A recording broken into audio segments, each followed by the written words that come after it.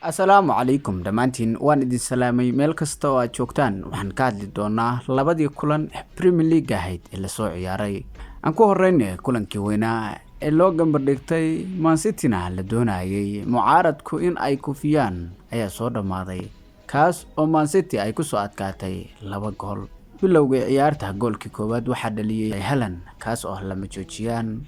kuna furtay kulankiisii ugu horeeyay gool hase ahaatee ciyaartu labada half time ba waxa awood sareeyay Chelsea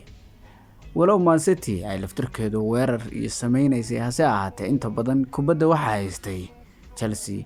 laakiin Chelsea haysadeeda waxa ka dhimanaa in kubadda ay weerarka marka ay qaato ay dhameystirto halka half time kii dambe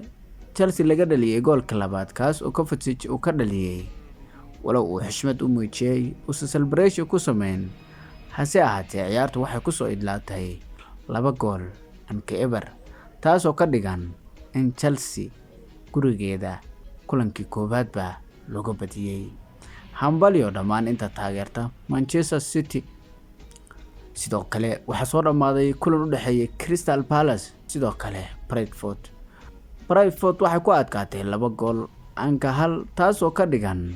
in Bradford kulankii ugu horeeyay ay ku furatay Crystal Palace oo dhamaadkii xilli ciyaareedkii dhamaadayna kacsanayd awoodeedu ay yareyd hadaba kulamadii sidaas ayay ku soo dhamaadeen Premier League wiiga xiga ayaana la ciyaari doonaa dhammaantiin oo mahadsantiin muuqaalkaygan haddii idin soo gaaray waxaan ka codsanayaa TikTok-kaygan hoos ayuu jiraa kor inaad u soo qaataan oo ugu yaraan 1 iyo 2 aad gaarsiisaan inta wiiga kale aan la gaarin mahadsanidin dhammaantiin